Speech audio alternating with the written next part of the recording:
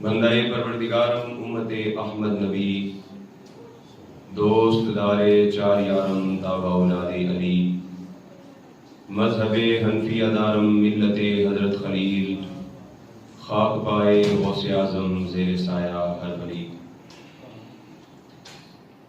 بعد از حمد و ثنا و درود و سلام نبی مکرم شفیع معظم احمد مصطفیٰ محمد مصطفیٰ صلی اللہ علیہ وسلم۔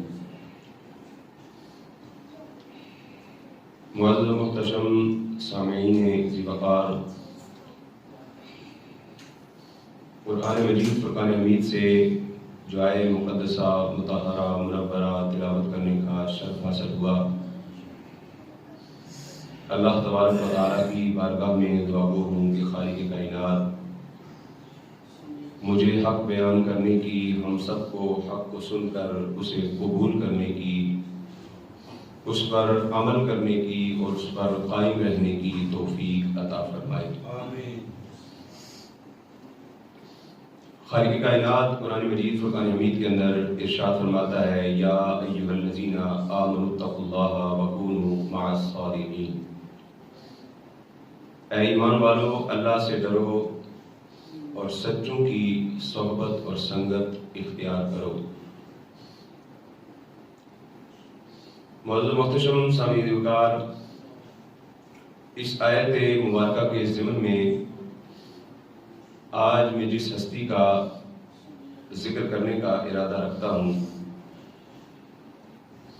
وہ عظیم ہستی ہے کہ جنہوں نے بر صغیر پاک و ہند کے اندر عشق مصطفیٰ کو عام کیا ہے اور لوگوں کے دلوں کے اندر عشق مصطفیٰ کو بیدار کر کے قیامت تک آنے والی دنیا کو وہ عظیم سلام دے دیا ہے جو آج پوری دنیا اس سلام کو پڑھ کر آقا کریم صلی اللہ علیہ وسلم کی بارگاہ میں سلام محبت پیش کرتی ہے۔ جب بر صغیر پاک و ہند کے اندر مسلمانوں کا دور حکومت تھا اور اسلام کی ایک تاریخ ہے، ایک ہسٹری ہے اسلام کی، تو مسلمان قوم جہاں پر بھی گئی انہوں نے اپنے قدم جہاں پر بھی جمائے ایسے مضبوط انداز میں جمائے کہ کوئی مسلمانوں کو ہلانے کی جرت نہیں کر سکتا تھا۔ جس میدان کے اندر بھی مسلمانوں نے جنگ کے لیے، جہاد کے لیے اپنے قدم آگے بڑھائے، دنیا کی ساری قوموں کو شکست دیتے ہوئے فتح و نصرت اپنے دامن میں لی۔ لیکن جب انگریز بر صغیر پاک و ہند کی طرف نظر دوڑاتا ہے تو دیکھتا ہے کہ یہ مسلمان قوم کبھی بھی کسی جنگ سے ڈرتی نہیں، رکتی نہیں، یہ موت کا ڈر ان کے دلوں کے اندر بالکل بھی نہیں۔ آخر وجہ کیا ہے کہ ہماری اتنی زیادہ ایٹمی پاور جو ہے ہونے کے باوجود، جنگی ساز و سامان زیادہ ہونے کے باوجود بھی ہم مسلمانوں کے اوپر کبھی بھی قابض نہیں ہو سکے۔ آخر ان کے پاس ایسی کون سی پاور ہے؟ انگریزوں نے ریسرچ شروع کی کہ آخر مسلمانوں میں وہ کون سی طاقت ہے، تو انہوں نے لوگوں کو مسلمانوں کے درمیان چھوڑا، اپنے ایجنٹوں کو چھوڑا، اور انہوں نے کافی عرصے کی تحقیق کرنے کے بعد وہ اس نتیجے پر پہنچے کہ مسلمانوں کے پاس جو سب سے بڑی طاقت ہے، جو سب سے بڑی پاور ہے، وہ عشق مصطفیٰ کی طاقت ہے، وہ عشق مصطفیٰ کی دولت ہے جو سب سے بڑی ان کے پاس پاور ہے، جس وجہ سے یہ مسلمان نہ کسی میدان میں کھڑے ہونے سے ڈرتا ہے، نہ موت کا خوف اس کے دل کے اندر آتا ہے۔ تو پھر انگریزوں نے سازشیں کرنا شروع کی، انہوں نے دو گروہ تیار کیے مسلمانوں کے ظاہر و باطن سے عشق مصطفیٰ کو ختم کرنے کے لیے۔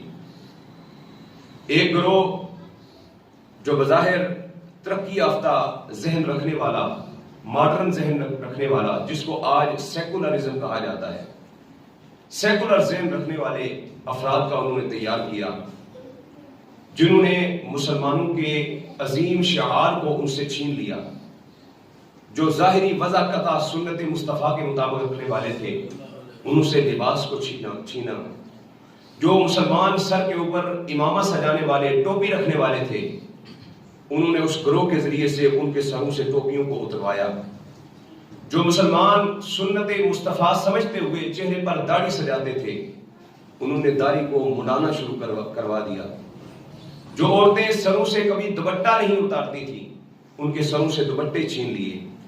یہاں تک کہ مسلمانوں کی یہ سب سے عظیم قوم، یہ تہذیب و تمدن میں رہنے والی قوم، اس کو انہوں نے ظاہری طور پر حضور کی محبت سے اس قدر دور کر دیا کہ نہ مسلمانوں کا لباس حضور جیسا رہا، نہ چہرہ حضور جیسا رہا، نہ اٹھنا بیٹھنا حضور کی طرح رہا۔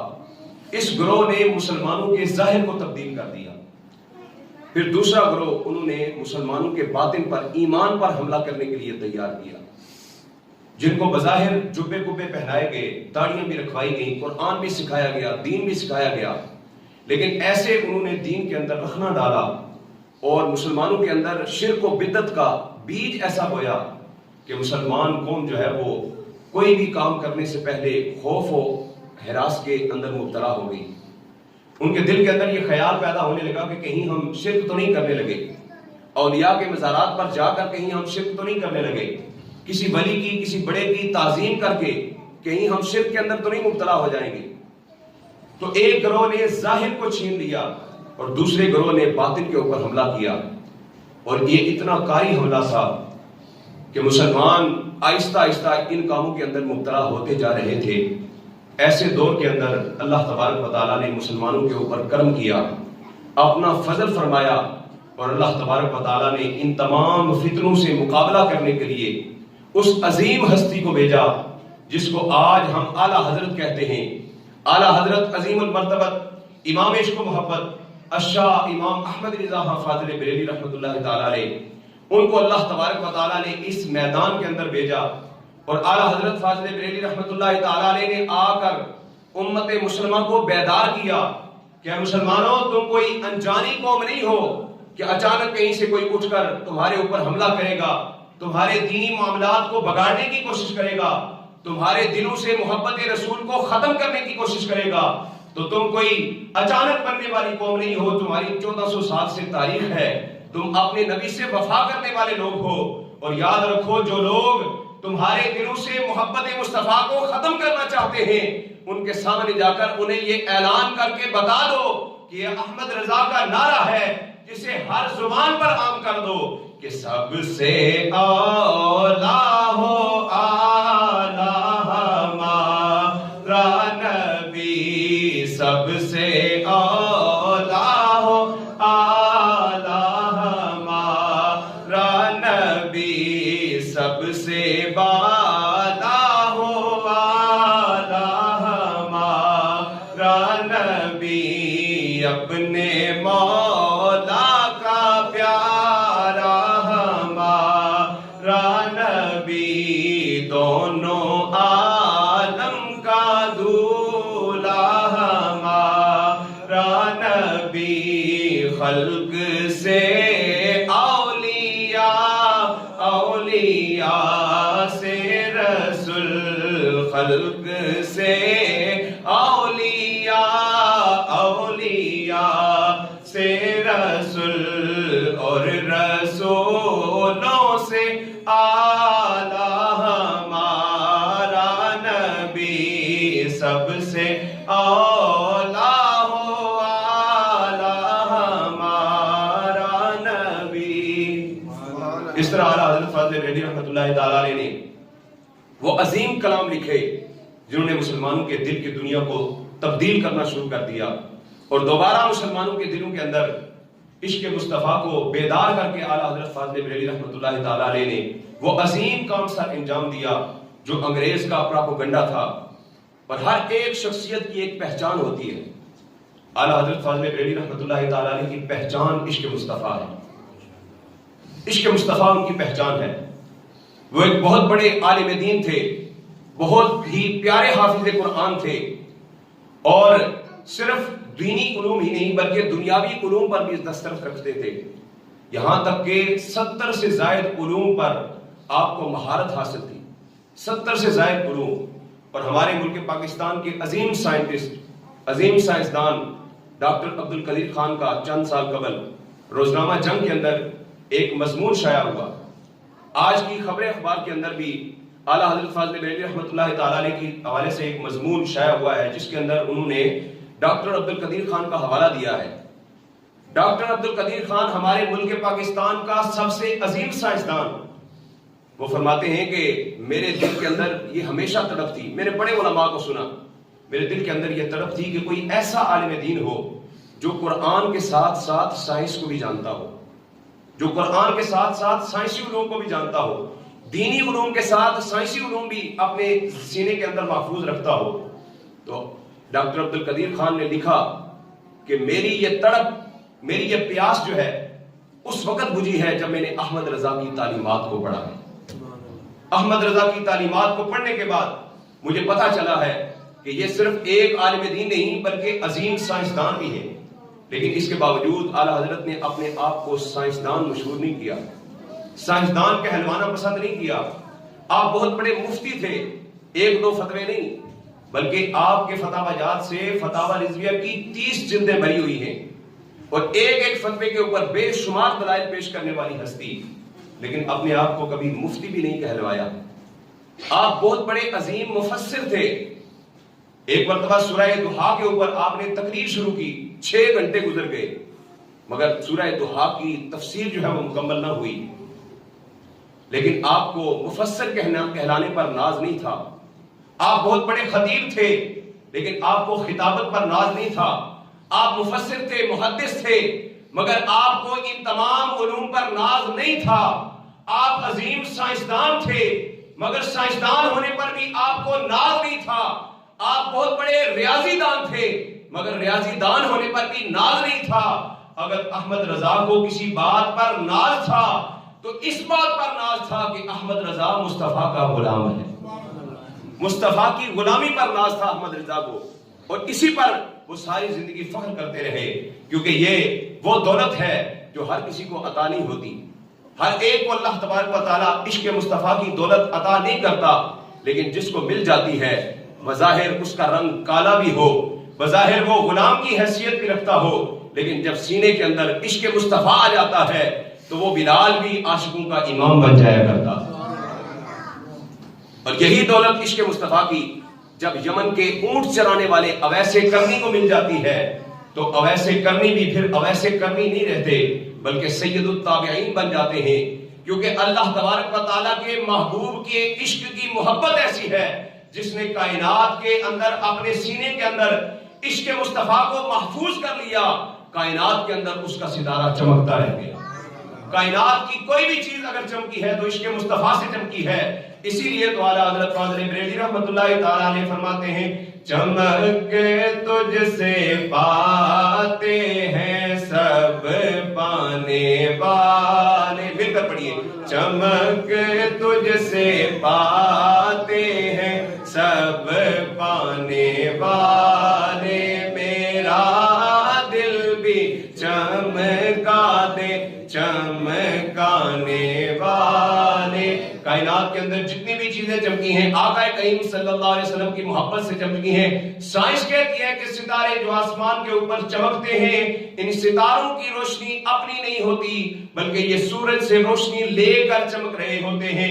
اسی مثال کو سامنے رکھتے ہوئے بلا تشبیہ و تمثیل سنیے کہ اللہ تبارک و تعالیٰ نے جتنے بھی کائنات نبوت کے اندر، آسمان نبوت کے اوپر جتنے بھی نبوت کے ستارے چمکے ہیں، ان کی روشنی اپنی نہیں تھی بلکہ پردے میں آمینہ کا لال ان کو چمک دے رہا تھا۔ آقا کریم صلی اللہ علیہ وسلم کی چمک لے کر کائنات کی ہر چیز چمکی ہے۔ آدم چمکے تو چمک مصطفیٰ کی، نوح چمکے تو چمک مصطفیٰ کی، شیت چمکے تو چمک مصطفیٰ کی، ابراہیم چمکے تو چمک مصطفیٰ کی، اسماعیل چمکے تو چمک مصطفیٰ کی، ارے موسیٰ چمکے تو چمک مصطفیٰ کی، عیسیٰ چمکے تو چمک مصطفیٰ کی۔ کائنات کے اندر جتنی بھی عظیم ہستیاں چمکی ہیں آمینہ کے لال کے در سے نور کی خیرات لے کر ہی چمکی۔ اسی لیے اعلیٰ حضرت نے کہا، چمک تجھ سے پاتے ہیں، مل کے پڑھیے، والے چمکا دے چمکانے والے، کعبے کے جلوے بھی مانا کے اچھے، مگر میں مدینے کی عظمت کے صدقے، مدینے کے خطے خدا تجھ کو رکھے، غریبوں فقیروں کے ٹھہرانے والے، غریبوں فقیروں کے ٹھہرانے والے، چمک تجھ سے پاتے ہیں سب پانے والے۔ اعلیٰ حضرت فاضل بریلوی رحمۃ اللہ تعالیٰ نے اس طرح لوگوں کے دلوں کے اندر عشق مصطفیٰ کو بیدار کیا، اور ایک انگریز کے تخلیق کیے ہوئے ان ملاؤں نے ایک فتنہ یہ چھوڑا کہ آقا کریم صلی اللہ علیہ وسلم کی بارگاہ کے اندر، حضور کی عظیم ذات کے اندر انہوں نے یہ توہین کی۔ انہوں نے کہا کہ حضور جو ہے وہ ہمارے بھائی کی حیثیت رکھتے ہیں۔ کسی نے لکھا کہ حضور صلی اللہ علیہ وسلم گاؤں کے چودھری کی حیثیت رکھتے ہیں، حضور ہماری طرح بشر ہیں۔ اس طرح کے کلمات حضور کی بارگاہ میں جب لکھے جا رہے تھے تو اعلیٰ حضرت فاضل بریلوی رحمۃ اللہ تعالیٰ نے کلمی جہاد کرتے ہوئے علم جہاد بلند کیا اور کہا، نادانو تمہارے پاس تو وہ الفاظ ہی نہیں ہے کہ تم آقا کریم صلی اللہ علیہ وسلم کی شان و عظمت کو بیان کر سکو۔ خدا کی عزت کی قسم، رب کائنات نے اس کائنات میں وہ الفاظ تخلیق ہی نہیں کیے کہ جن میں کما حق ہو حضور کی شان و عظمت کو بیان کیا جا سکے۔ اعلیٰ حضرت نے فرمایا، تم کہتے ہو گاؤں کی چودھری کی حیثیت ہے، تم کہتے ہو بڑے بھائی کی حیثیت ہے، سنو احمد رضا کیا کہتا ہے۔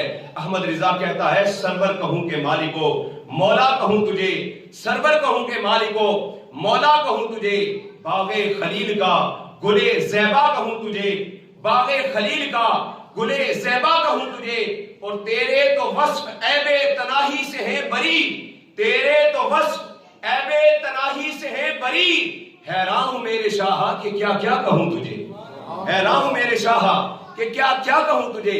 اب اس کیا کیا کے اندر بھی کسی کے دل کے اندر خیال پیدا ہو سکتا تھا کہ پتہ نہیں کیا کہنے والے تھے، شاید خدا کہنے والے تھے۔ حیران ہوں میرے شاہ کہ کیا کیا کہوں تجھے۔ اعلیٰ حضرت فاضل بریلوی رحمۃ اللہ تعالیٰ نے، ہم اس مسلک سے تعلق رکھتے ہیں کہ حضور کی ایسی تعظیم، ایسی نعت، ایسی تعریف جس کے اندر شریعت کا پاس نہ ہو، وہ ہرگز قابل قبول نہیں ہے۔ آپ نے کہا، حیران ہوں میرے شاہ کہ کیا کیا کہوں تجھے، لیکن رضا نے ختم سخن اس پہ کر دیا، خالق کا بندہ، خالق کا بندہ اور خلق کا آقا کہوں تجھے، خالق کا بندہ، خلق کا آقا کہوں تجھے۔ اس طرح اعلیٰ حضرت یہ اعلیٰ حضرت کی صرف زبانی کلامی شاعری نہیں تھی، یہ اعلیٰ حضرت فاضل بریلوی رحمۃ اللہ تعالیٰ کی دل کی کیفیت تھی، دل کی کیفیت تھی۔ اور آپ خود فرماتے ہیں، خدا کی عزت کی قسم، اگر اس غلام مصطفیٰ کے سینے کو چیرا جائے اور دل عبد مصطفیٰ کو، احمد رضا کے دل کو باہر نکالا جائے، اس کے 2 ٹکڑے کیے جائیں، انشاءاللہ احمد رضا کے دل کے ایک ٹکڑے پر لا الہ الا اللہ لکھا ہوگا، دوسرے پر محمد رسول اللہ لکھا ہوگا۔ اس قدر محبت حضور کی بارگاہ میں۔ اور یہ انگریز کے تیار کیے ہوئے مولوی، انہوں نے دن بدن گاہے بگاہے فتنے پھیلائے۔ ایک فتنہ یہ چھوڑا کہ حضور کے روزے پر حاضری کی نیت کر کے سفر عمرہ اور سفر حج کرنا، یہ بھی بدعت ہے۔ حضور کے روزے کی نیت کر کے جانا، یہ بھی جناب ثواب نہیں ہے بلکہ گناہ ہے۔ اعلیٰ حضرت فاضل بریلوی رحمۃ اللہ تعالیٰ نے فرمایا، یہ تمہارا نظریہ ہے، ہمارا عاشقوں کا تو یہ نظریہ ہے کہ حضور کی بارگاہ میں حاضری کی نیت کیے بغیر اگر حج کے لیے جاؤ تو حج کا لطف ہی نہیں آتا، حج کا مزہ ہی نہیں آتا۔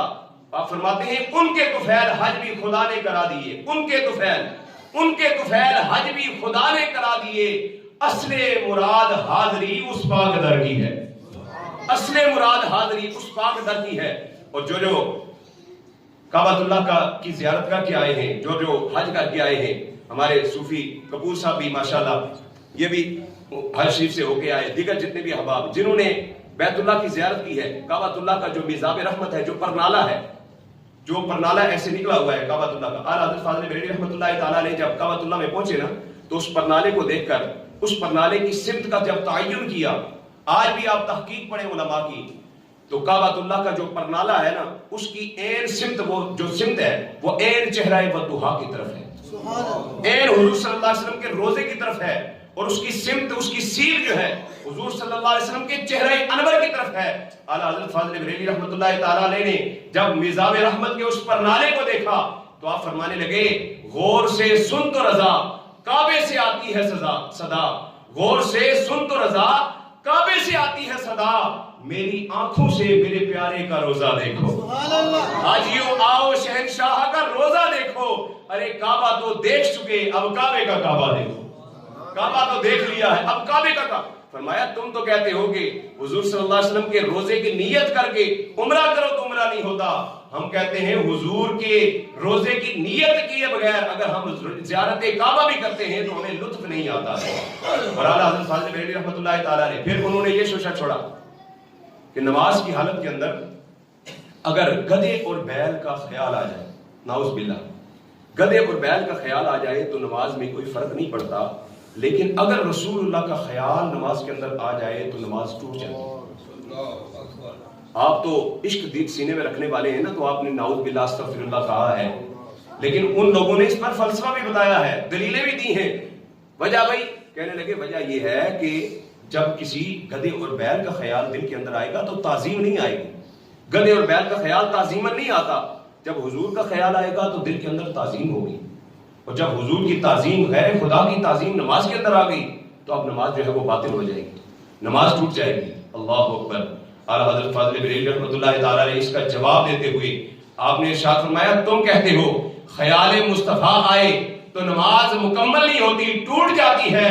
احمد رضا کہتا ہے ہماری نماز تب تک مکمل ہی نہیں ہوتی جب تک خیال مصطفیٰ نہ دل میں ہو، جب تک خیال مصطفیٰ ہمارے سینے میں نہ ہو تب تک ہماری نماز ہی مکمل نہیں ہوتی۔ اور ایسے نہیں کہہ دیا بلکہ اعلیٰ حضرت فاضل بریلوی رحمۃ اللہ تعالیٰ نے دلائل دیے، اٹھائیے سیاہ ستہ کو اٹھا کر پڑھیے۔ صحابہ اکرام کہتے ہیں ہم پہلی صف کے اندر کھڑے ہونے کے لیے تڑپتے تھے، کیوں؟ آج ہم پہلی صف میں نماز پڑھنے کے لیے اس لیے تڑپتے ہیں کہ ثواب زیادہ ہے، پہلی صف میں کھڑے ہوگے تو سب سے زیادہ ثواب ہوگا، امام کے جتنے قریب ہوگے اتنا زیادہ ثواب ہوگا۔ لیکن صحابہ کہتے ہیں ہم پہلی صف میں اس لیے نماز پڑھا کرتے تھے کہ رب کی عبادت بھی ہو جاتی تھی، ساتھ ساتھ دیدار مصطفیٰ بھی ہو جاتا۔ اور بخاری مسلم کی بڑی مشہور روایت ہے، آقا کریم صلی اللہ علیہ وسلم ایک قبیلے کی صلح کروانے کے لیے تشریف لے کر گئے اور صحابہ کو فرمایا کہ صحابہ مجھے آنے میں تاخیر ہو جائے گی، تم نماز پڑھا لینا۔ جب نماز کا وقت ہوا حضرت بلال حبشی رضی اللہ تعالیٰ عنہ آپ کھڑے ہوئے، آپ نے تکبیر پڑھی۔ اب صحابہ کو پتا تھا کہ کس کو امام بنانا ہے، صحابہ نے حضرت ابوبکر صدیق کو مصلی امامت پر کھڑا کر دیا۔ صحابہ کو معلوم تھا، صحابہ نے حضرت ابوبکر صدیق رضی اللہ تعالیٰ عنہ کو مصلی امامت پر کھڑا کیا۔ ابوبکر صدیق نے نماز شروع کی، ابھی نماز قائم تھی، اثناء نماز کے اندر ہی آقا کریم صلی اللہ علیہ وسلم تشریف لے آئے۔ اب آقا جب تشریف لائے تو حضور کے مبارک جسم اطہر کی خوشبو نے ہی بتا دیا صحابہ کو کہ حضور تشریف لا رہے ہیں۔ اب صفیں 7 صفیں بنی ہوئی تھی، 7 صفیں صحابہ بنا کر نماز کے اندر کھڑے تھے، 7 صفیں تھیں اور آگے ابوبکر صدیق کھڑے تھے۔ حضور صلی اللہ علیہ وسلم سب سے پیچھے والی صف کے قریب پہنچے، صحابہ نے صف توڑ دی مگر نماز نہیں توڑی، صحابہ نے صف توڑ دی مگر نماز قائم رکھی، نماز جاری رکھی۔ حضور صلی اللہ علیہ وسلم دوسری صف کے قریب پہنچے، صحابہ نے صف توڑ دی، حضور کو رستہ دیا، حضور آگے تشریف لے گئے۔ جس صف سے آگے گزرتے صحابہ رستہ چھوڑتے جاتے اور ہاتھ پر ہاتھ مارتے، اشارہ کرتے کہ حضور صلی اللہ علیہ وسلم تشریف لے آئے۔ اللہ اکبر۔ آج ہم نماز پڑھتے ہیں تو پیچھے کوئی بچہ بول پڑے، کوئی بات کر دے تو ہمارا دھیان اس طرف چلا جاتا ہے، ہم کہتے ہیں ہماری نماز جو ہے وہ ڈسٹرب ہو گئی ہے۔ اللہ اکبر۔ ذرا تخیل تو کیجئے، ذرا سوچئے تو صحیح، جب صحابہ اکرام نے نماز شروع کی ہوگی تو دل کے اندر یہ خیال ہوگا کہ آج حضور کے پیچھے نماز پڑھنے کی سعادت نہیں مل رہی، اور جب خوشبوئے مصطفیٰ سے ان کے سینے معطر ہوئے ہوں گے تو فوراً دل کے اندر صرف خیال مصطفیٰ ہی نہیں بلکہ محبت مصطفیٰ کی وجہ سے صحابہ کے چہرے چمک اٹھے ہوں گے، صحابہ کے سینے روشن ہو گئے ہوں گے کہ حضور تشریف لا رہے ہیں۔ اللہ اکبر۔ آقا کریم صلی اللہ علیہ وسلم پہلی صف میں پہنچے تو حضرت ابوبکر صدیق رضی اللہ تعالیٰ عنہ نے اپنے آنکھوں کے پوروں کے ساتھ آپ نے محسوس کر لیا کہ حضور تشریف لائے، آواز بھی اتنی ہوئی، مسجد گونج اٹھی، حضرت ابوبکر صدیق الٹے پاؤں پیچھے ہٹنا شروع ہو گئے. نماز نہیں توڑی، نماز جاری ہے، نماز قائم ہے، پیچھے ہٹنا شروع ہو گئے. حضور نے اشارہ کیا ابوبکر نماز پڑھاؤ. ابوبکر صدیق 3 مرتبہ حضور نے فرمایا ابوبکر نماز جاری رکھو، لیکن حضور پیچھے، حضرت ابوبکر صدیق پیچھے ہٹ گئے اور آقا کریم صلی اللہ علیہ وسلم مصلی امامت کے اوپر کھڑے ہو گئے اور حضور نے وہیں سے نماز جاری رکھی اور نماز کو مکمل کیا. ارے حضور تشریف لائے، صفیں ٹوٹی، حضور نے صحابہ نے حضور کو رستہ دیا، لیکن صحابہ کی نماز نہیں ٹوٹی. تم کہتے ہو خیال مصطفیٰ سے نماز ٹوٹ جاتی ہے. علامہ اقبال کہتے ہیں عشق تیرا اگر نہ ہو میری نماز کا امام، میرا قیام بھی حجاب، میرا سجود بھی حجاب. کہتے ہیں عشق مصطفیٰ کے بغیر تو نماز مکمل ہی نہیں ہو سکتی. تم نے کہاں سے یہ فتویٰ گڑھ لیا ہے کہ نماز میں حضور کا خیال آ جائے تو نعوذ باللہ نماز ٹوٹ جاتی ہے. اللہ اکبر. اعلیٰ حضرت فاضل بریلوی رحمۃ اللہ تعالیٰ نے اس طرح ہر میدان کے اندر ان کو جوابات دیے. اور یہ ایسی بات نہیں، بعض لوگ سوچتے ہیں کہ احمد رضا شاید بڑی سخت طبیعت کے مالک تھے، یہ بھی ایک جو ہے وہ شوشہ چھوڑا جاتا ہے. مجھے بتائیں جو باتیں میں نے آپ کو بتائیں، یہ باتیں صرف میں آپ کو بتا رہا ہوں، یہ نہیں کہ یہ اس وقت لکھی ہوئی تھی، اب نہیں، اب بھی کتابیں موجود ہیں. یہ باتیں اب بھی کتابوں کے اندر لکھی ہوئی ہیں کہ حضور کا خیال آ جائے تو نماز ٹوٹ جاتی ہے. حضور بڑے بھائی کی حیثیت رکھتے ہیں، گاؤں کے چودھری کے، یہ باتیں نعوذ باللہ کتابوں کے اندر آج بھی محفوظ ہیں اور لوگ ان کو پڑھتے ہیں، ان پر عمل کرنے والے بھی آج بھی موجود ہیں. لیکن اعلیٰ حضرت فاضل بریلوی رحمۃ اللہ تعالیٰ علیہ نے ہر میدان کے اندر ان کا مقابلہ کیا. آپ کے سامنے کوئی آ کر کہے جی حضور کی حیثیت ہمارے جیسی ہی ہے، تو مجھے بتائیں آپ اس کے گلے میں ہاتھ ڈالیں گے؟ ظاہر سی بات ہے کہ جو حضور کی شان میں نعوذ باللہ توہین کرنے کی کوشش کرے گا تو جس کے دل کے اندر عشق مصطفیٰ ہوگا وہ کبھی بھی اس کی بات کو سننا بھی گوارا نہیں کرے گا. اور حضرت فاضل بریلوی رحمۃ اللہ تعالیٰ کے افکار و نظریات آج 1 صدی گزر چکی ہے اعلیٰ حضرت فاضل بریلوی رحمۃ اللہ تعالیٰ کو دنیا سے گئے ہوئے، لیکن آج بھی دنیا کے اندر ان کا مشہور کلام مصطفیٰ جان رحمت پڑھا جا رہا ہے. آج بھی دنیا کے ہر کونے کے اندر عشاقان مصطفیٰ ہر محفل کے بعد، ہر ختم کے بعد، ہر جمعے کے بعد عشاقان مصطفیٰ یہ درود و سلام پڑھتے ہیں. آقا کریم صلی اللہ علیہ وسلم کی محبت سینے کے اندر بیدار کرنے والی ہستی کا نام احمد رضا ہے. اور آج کے دور کے اندر اگر ہم چاہتے ہیں کہ ہمارے افکار و نظریات بھی، ہمارے سینوں کے اندر بھی عشق مصطفیٰ محفوظ ہو، تو ہمیں چاہیے کہ ہم اعلیٰ حضرت فاضل بریلوی رحمۃ اللہ تعالیٰ علیہ کی تعلیمات پر چلیں. اور اعلیٰ حضرت فاضل آج ہمارے اوپر یہ ہمارے جہلاء ایسے ہوتے ہیں. میں صبح یہاں پر دربار، ہمارے یہ ہوتا ہے نا کہ درباروں کے اندر ہمارے جتنے بھی لوگ جانے والے ہوتے ہیں وہ بہت زیادہ توہم پرستی میں بڑھ جاتے ہیں، حد سے بڑھ جاتے ہیں، طواف کرنا شروع کر دیتے ہیں. یہ ہمارے لوگ کرتے ہیں لیکن جہلاء کرتے ہیں. اعلیٰ حضرت فاضل بریلوی رحمۃ اللہ تعالیٰ نے فرمایا کہ 4 ہاتھ دور جب بھی کسی ولی کے مزار پر جاؤ تو 4 ہاتھ دور کھڑے ہو کر سلام عرض کرو، پھر ان کے وسیلے سے دعا کرو. ہاتھ لگانا، چومنا. اعلیٰ حضرت سے کسی نے پوچھا کہ حضور آپ بتائیے کہ کیا روضہ رسول کی جالیوں کو چومنا جائز ہے؟ آپ نے فرمایا یہ تو بتاؤ کہ کیا تم اس قابل ہو کہ تم روضہ رسول کی جالیوں کو ہاتھ لگا سکو؟ کیا تم اس قابل ہو، تمہارا جسم اس قابل ہے کہ تم روضہ رسول کی جالیوں کو ہاتھ لگا سکو؟ اپنے ناپاک ہاتھوں سے ان عظیم جالیوں کو چومنے کی کوشش کر رہے ہو، دور سے کھڑے ہو کر حضور کی بارگاہ میں سلام پیش کرو. میں صبح فجر کی نماز کے بعد الحمدللہ یہاں بابا کرم شاہ دربار پر آتے ہوئے حاضری دے کر یہ سعادت حاصل کر کے الحمدللہ یہاں پہ آتا ہوں نماز فجر کے لیے. تو بعض اوقات وہاں پر بعض لوگ جو ہے وہ دربار پر آتے ہوئے ہمیں نظر آتے ہیں، دیکھتے ہیں ہم. اچھا کوئی بندہ جو ہے وہ قدموں والی سائڈ پہ کھڑا ہو کے نا ایسے ایسے دبا رہا ہوتا ہے. کیوں بھائی؟ بابا جی کو تکلیف ہے کوئی؟ قبر کو دبانے سے ان کو راحت مل جائے گی. یعنی عظیم لوگ اپنی طرف سے لوگوں نے بس ایک ذہن بنا لیا، پتہ نہیں ہم دبائیں گے تو ان کو راحت ملے گی، وہ کچھ دیں گے. حضور صلی اللہ علیہ وسلم نے فرمایا قبر کے اوپر وزن نہ ڈالو، کہ قبر پر وزن ڈالنے سے قبر کے اندر مدفون مردے کو تکلیف ہوتی ہے. حضور نے تو وزن ڈالنے سے منع کیا اور ادھر باقاعدہ اوپر چڑھ کے جناب دبایا جا رہا ہے. ایسے ہی فضول جناب اس طرح کی باتیں. اور اعلیٰ حضرت سے پوچھا کہ بتائیے کہ مزار کے اوپر قبرستان کے اندر کسی عورت کے جانے کے بارے میں کیا حکم ہے؟ تو اعلیٰ حضرت نے فرمایا کہ یہ پوچھتے ہو کہ عورت کا قبرستان جانا کیا ہے؟ سوال ہی تمہارا غلط ہے. یہ پوچھو کہ جب عورت گھر سے کسی قبرستان یا کسی مزار پر حاضری کے لیے نکلتی ہے تو یہ پوچھو اس کے اوپر لعنتیں کتنی برستی ہیں. آج ہمارے مزارات سے جتنی بھی خرافات جو نکل رہی ہیں یہ اعلیٰ حضرت کی تعلیمات نہیں ہیں. اعلیٰ حضرت فاضل بریلوی رحمۃ اللہ تعالیٰ نے ایک آداب سکھائے ہیں. ان آداب کے دائرے کے اندر رہتے ہوئے اگر ہم عمل کریں گے تو انشاءاللہ ہماری دنیا بھی سمجھ جائے گی، آخرت بھی سمجھ جائے گی. اللہ تبارک و تعالیٰ ان کی سیرت پر عمل کرنے کی توفیق عطا فرمائے. آخر میں ایک مسئلے کی جو ہے وہ تھوڑی سی وضاحت کرنا چاہتا ہوں. ابھی ربیع الاول شریف کی آمد ہے اور ہمارا یہ نظریہ ہے کہ ربیع الاول شریف جمعہ یا کوئی بھی مبارک دن ہو اس کی مبارک دینا ہمارے لیے مباح ہے، لیکن سوشل میڈیا کے تھرو ایک جو ہے وہ میسج ربیع الاول شریف آتے ہی چلنا شروع ہو جاتا ہے جی جس نے ربیع الاول شریف کی مبارک دی سب سے پہلے اس کے لیے جنت واجب ہوگی۔ یاد رکھیں یہ کسی حدیث مبارکہ کے اندر یہ بات یہ موجود نہیں ہے، اور آقا کریم صلی اللہ علیہ وسلم کی ایک حدیث مبارکہ بڑی مشہور و معروف ہے، حضور نے فرمایا کہ جس نے میرے حوالے سے غلط بات گھڑی، غلط حدیث گھڑی، تو اس نے اپنا ٹھکانہ جہنم کے اندر بنا لیا۔ تو اس لیے کوئی بھی حدیث کوئی بھی روایت آگے فارورڈ کرنے سے پہلے، آگے شیئر کرنے سے پہلے یہ تحقیق کر لیا کریں کہ وہ بات بالکل درست ہے یا نہیں ہے۔ تحقیق کرنے کے بعد پھر اس کو آگے جو ہے وہ فارورڈ کیا جائے۔ لہٰذا یہ روایت جو ہے وہ بالکل من گھڑت ہے، اس کا کوئی شریعت کے ساتھ جو ہے وہ واسطہ نہیں ہے۔